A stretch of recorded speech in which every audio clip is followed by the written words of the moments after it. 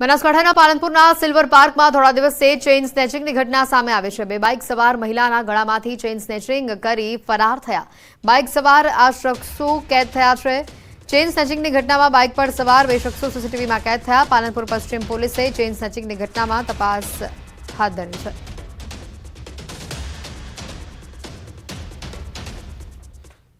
અમદાવાદના ઓઢવમાં જાહેરમાં તલવાર અને ચપ્પા સાથે ફરતા અસામાજિક તત્વોની શાન પોલીસે ઠેકાણે લાવી છે। તાજેતરમાં જ આવા અસામાજિક તત્વોનો વિડીયો વાયરલ થઈ રહ્યો છે।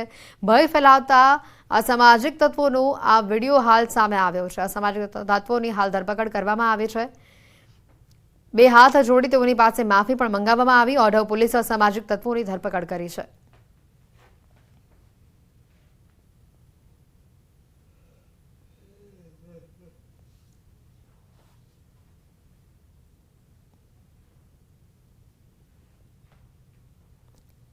અસામાજિક તત્વો જાણે સમગ્ર રાજ્યમાં બેફામ બન્યા હોય તે પ્રકારની ચાર અલગ અલગ ઘટના ભરૂચથી સામે આવી છે, જેમાં ગાડીના કાચ તોડીને 1.5 લાખ રૂપિયાની ચોરી કરવામાં આવી। તો બીજા દ્રશ્યો રાજકોટના બતાવી રહ્યા છે કે જ્યાં અસામાજિક તત્વો દ્વારા એક યુવકને 7 જ સેકન્ડમાં 11 લાફા મારવામાં આવી અને છરીથી હુમલો કરવામાં આવ્યો। તો બીજી બાજુ બનાસકાંઠામાં ચેઇન સ્નેચિંગની ઘટના સામે આવી।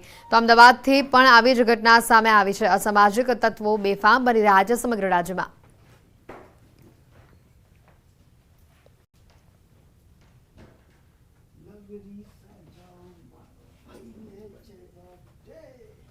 સત્તેરમાં રાષ્ટ્રીય ફિલ્મ પુરસ્કારની જાહેરાત થઈ છે। રાષ્ટ્રીય ફિલ્મ પુરસ્કારમાં ગુજરાતનો દબદબો જોવા મળ્યો। ગુજરાતી ફિલ્મ કચ્છ એક્સપ્રેસને નેશનલ એવોર્ડ મળ્યો છે। માનસી પારેખને શ્રેષ્ઠ અભિનેત્રીનો એવોર્ડ મળ્યો છે।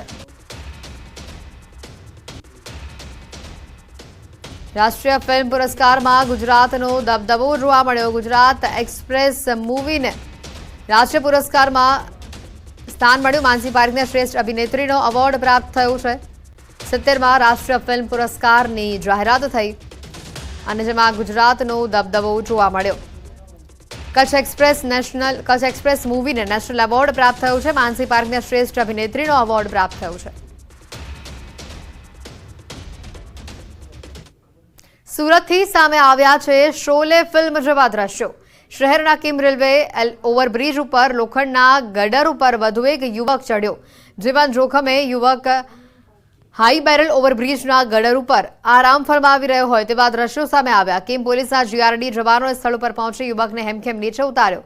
અવારનવાર કિમ રેલવે ઓવરબ્રિજના ગટર ઉપર યુવકો ચડી જવાની આ ઘટના સામે આવી રહી છે, જેને લઈને પોલીસ કર્મીઓ પણ હવે પરેશાન થયા છે।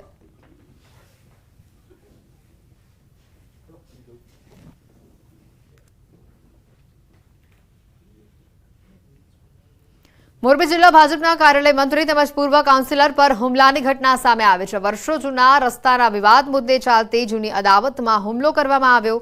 રોહિત કંજારા નામના જિલ્લા ભાજપ કાર્યાલય મંત્રી ઉપર હુમલો કરાતા ચકચાર મચી છે। ભોગ બનનાર ભાજપના મંત્રીએ તંત્રના આદેશથી દબાણવાળો રસ્તો ખુલ્લો કરાવ્યો હતો, પરંતુ આ રસ્તા પર દબાણ કરનાર વ્યક્તિઓને આ બાબત ન ગમતા તેમણે ભાજપ મંત્રી પર જીવલેણ હુમલો કર્યો। ઘાયલને હોસ્પિટલમાં ખસેડાયો છે। પોલીસ 11 ઇસમ વિરુદ્ધ ગુનો નોંધી તપાસ હાથ ધરી છે। એ રસ્તાની 3.5 વર્ષથી મીટર ચાલતી હતી। એના ભાગરૂપે આ 3-4 ઘરવાળા જે રહ્યા એ અવારનવાર 3.5 વર્ષથી પરેશાન કરતા। બધા આખા સ્થાનિક હતા 3 થી 5 હજાર માણસ એમાં રહે છે। એ રસ્તે આવજા કરે છે। મહેસાણા જિલ્લાની કડી પોલીસ ઉપર થયેલા હુમલાના પ્રયાસના મામલામાં પોલીસે આરોપીને ઝડપી લીધો છે। હુમલાને લઈ કડી પોલીસ હરકતમાં આવી। પોલીસે આરોપીઓને ઝડપી જાહેરમાં માફી મંગાવી। આરોપી ઇરફાન ગીરીએ કોન્સ્ટેબલ ઉપર હુમલો કરી ભાગવાની કોશિશ કરી હતી। પીઆઈ પીએલ વાઘેલા સહિત કડી પોલીસનો કાફલો સ્થળ ઉપર પહોંચ્યો હતો અને તેને દબોચી લીધો। પોલીસે આરોપીઓને જાહેરમાં કાન પકડાવી માફી મંગાવી।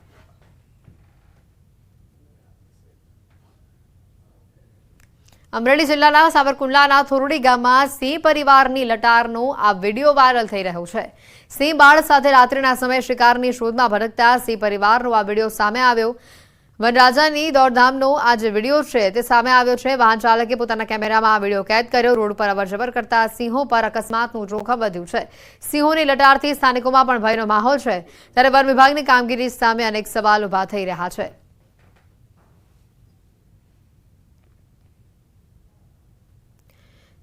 તો અંબાજીથી પણ કંઈક આવા દ્રશ્યો સામે આવ્યા છે. દીપડા અને સિંહ બાદ હવે રીંછ આ વિસ્તારમાં દેખાતા ફફડાટ ફેલાયો છે.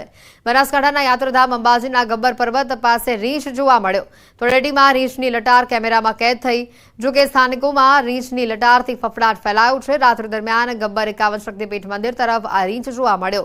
બાલરામ રીંછ અભયારણ્ય વિસ્તાર હોવાથી ક્યારે આ વિસ્તારમાં રીંછ આવી ચડે છે.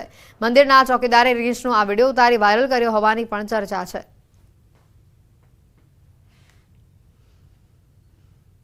રાજકોટના ધોરાજીમાં GATL કિસાન સુવિધા કેન્દ્રના ધોરાજી ડેપોમાં યુરિયા ખાતરની અછત જોવા મળી. છેલ્લા ઘણા દિવસોથી યુરિયા ખાતરની અછત સર્જાતા ખેડૂતો ધરમના ધક્કા ખાવા માટે મજબૂર થયા છે. અહીંયા DAP સહિતના બીજા અન્ય ખાતરનો પણ જથ્થો ઉપલબ્ધ છે, પરંતુ યુરિયા ખાતરનો સ્ટોક નથી.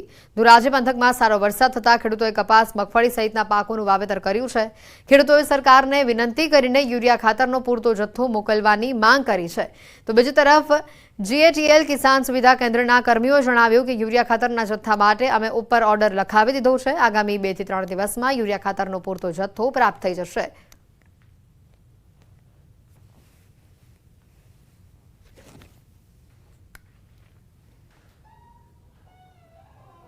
હું અત્યારે અહીં સરદાર ડેપોએ ઉરિયા માટે આવેલો હતો. અત્યારે હાજરમાં અહીંયા ઉરિયા છે નહીં, તો એના માટે ખેડૂતોને કોઈ મુશ્કેલી ન પડે એ માટે સરકાર અને સરદાર ડેપો વાળા ઉરિયાને સ્ટોક રાખે એવી અમારી વિનંતી. કપાસ, મગફળી, સોયાબીન અને તુવેર અને વાવેતર હોય એમાં યુરિયા નાઇટ્રોજનની જરૂર પડે મોલની અંદર વેચ કરવાની અંદર, તો જ ખેડૂતને ઉત્પાદન આવે. ઘણી તરફ સરદાર ડેપોમાં અથવા ઇફકોની અંદર કે ગમે ત્યાં પ્રાઇવેટની અંદર અત્યારે પ્રાઇવેટ સેક્ટરની અંદર પણ ખાતર મળે છે, તો યુરિયા ખાતરનું શોર્ટેજ થાય છે. ખાતરની અંદર DAP, APS, એમોનિયા, પોટાશ બધે ખાતર અવેલેબલ છે, પૂરતો સ્ટોક છે. પણ યુરિયાનો થોડોક સ્ટોક અત્યારે 1 ટન જેવો છે અને એનો ઓર્ડર ઓગસ્ટમાં લખાવેલો છે, જે આવકમાં. સમાચારોમાં હાલ રોકાઈશું એક બ્રેક માટે.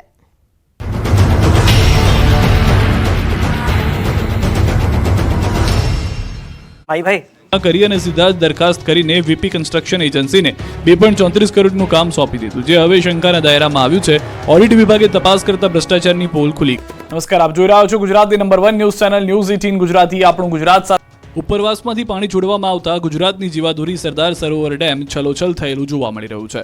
ઓવરફ્લો થવાની માત્ર 3 મીટર જ દૂર છે. જોકે ઉપરવાસમાંથી પાણીની આવક ઘટતા નર્મદા ડેમની સપાટીમાં સામાન્ય ઘટાડો થયો છે. ડેમની મહત્તમ સપાટી 138.68 મીટર છે. હાલ નર્મદા ડેમની જળ સપાટી 135.17 મીટર પર પહોંચી છે.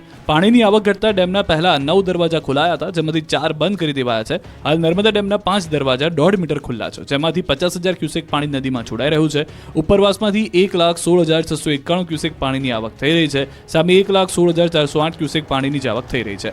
ગેટ મારફતે 50,000 ક્યુસેક પાણી નદીમાં જાય છે. રિવરબેડ પાવર હાઉસ મારફતે 43,579